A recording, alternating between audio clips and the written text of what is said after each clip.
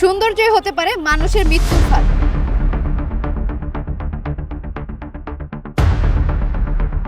Mymensingh highway রোডের মাঝখানে এত সুন্দর ফুলের গাছ, আর এইটা দেখার জন্যই কিন্তু অনেক সাধারণ জনতা ভিড় করে আছে। মানুষের এত ভিড় উপচে পড়া জাস্ট এই ফুলের জন্য, আমার কাছে মনে হয় অনেক বিপজ্জনক। হাইওয়ে রোড, এখানে গাড়ির টার্ন থাকে হাই স্পিড। আমরা যে মাঝখানে দাঁড়ায় দাঁড়ায় পিকচার তুলতেছি, ভিডিও করতেছি, অবভিয়াসলি এটা 100% রিস্ক। আমার মনে হয় যে সেফটি বজায় রাখি, নিরাপত্তা বজায় রাখি নিজের মধ্যে। তার মাঝে যেভাবে দাঁড়ায় ছবি তুলতেছে, এটা কি আপনার জীবনের জন্য রিস্ক না? ভাইরাল না এখন, ভাইরাল দেখে কি জীবনের মানে রাস্তায় দিয়ে দিবেন?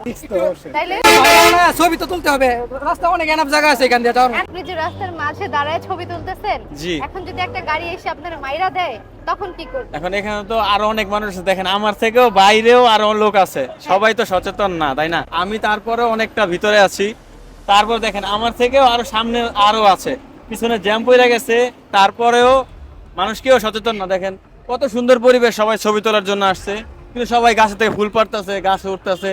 আপনি এখানে দেখেন সবার হাতে, অনেকের হাতেই ফুল ছিঁড়ছে, ফুল ছিঁড়া সবাই ছবি তুলতেছে। এখন এই যে সুন্দর একটা পরিবেশ, এখন এই পরিবেশ যদি আমরা সচেতন ভাবে টিকায় না রাখি, তাহলে কিন্তু এই পরিবেশটা আস্তে আস্তে নষ্ট হয়ে যাবে। আজকে মূলত সেই যেহেতু আমাদের গাজীপুরের ভিতরে এত সুন্দর ফুলের গাছগুলা মানে হাইওয়ে রোডের মাঝখানে আমরা দেখতে পাচ্ছি, তো আমরা ফিল করতেছি যে গাজীপুরের মাঝখানে ছোট একটা জাপান, বিশেষ করে প্রকৃতিটা উপভোগ করার জন্য এখানে এসে আমি ফুলের থেকে মানুষ বেশি দেখতেছি। এই ফুলগুলো আমার কাছে মারাত্মক সুন্দর লাগছে, প্রকৃতির মাঝে এত সুন্দর একটা প্রকৃতি আমাদের উপহার দিচ্ছে। তো আশা করি সবার কাছে খুব ভালো লাগতেছে।